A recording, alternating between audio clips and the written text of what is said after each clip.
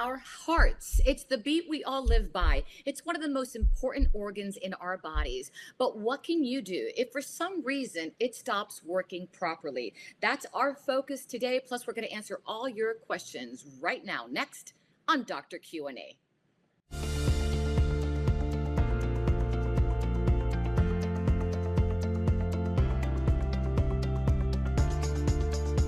Welcome everyone to Dr. Q&A. I'm Olga Villaverde.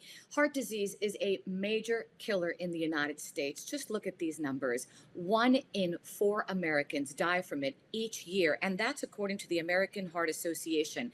That's over 600,000 people every single year.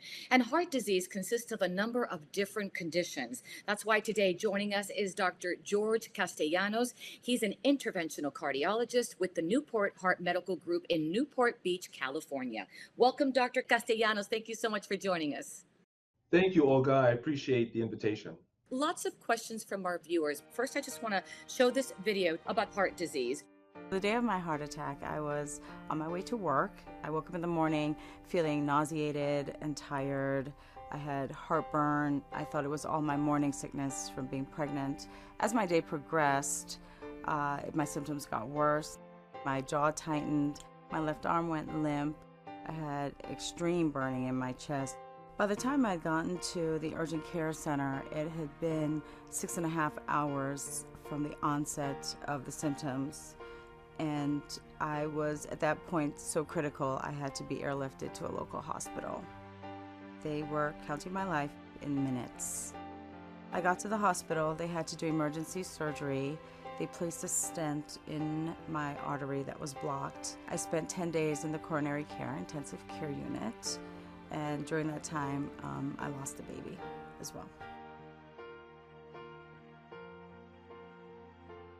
I did not realize that I had all the classic signs simply because I'd honestly never taken the time to learn what those signs were or to learn about women and their risks for heart disease.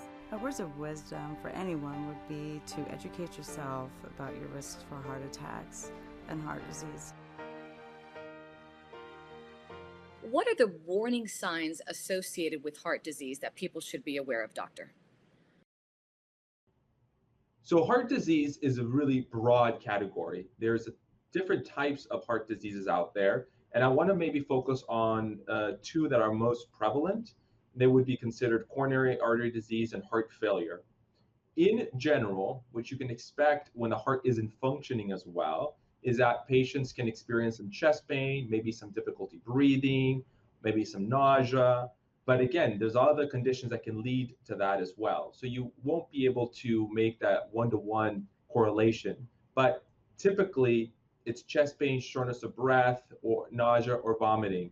Interestingly enough, and I think we'll be able to cover this later, depending on your gender, you may actually present differently. But there's also a lot of different things that we can do to help minimize the risk of developing heart disease as we get older. And I'm glad you brought up chest pain, doctor, because we just got a question in from Patrick, and he's asking this. I'm having chest pains after a night of terror.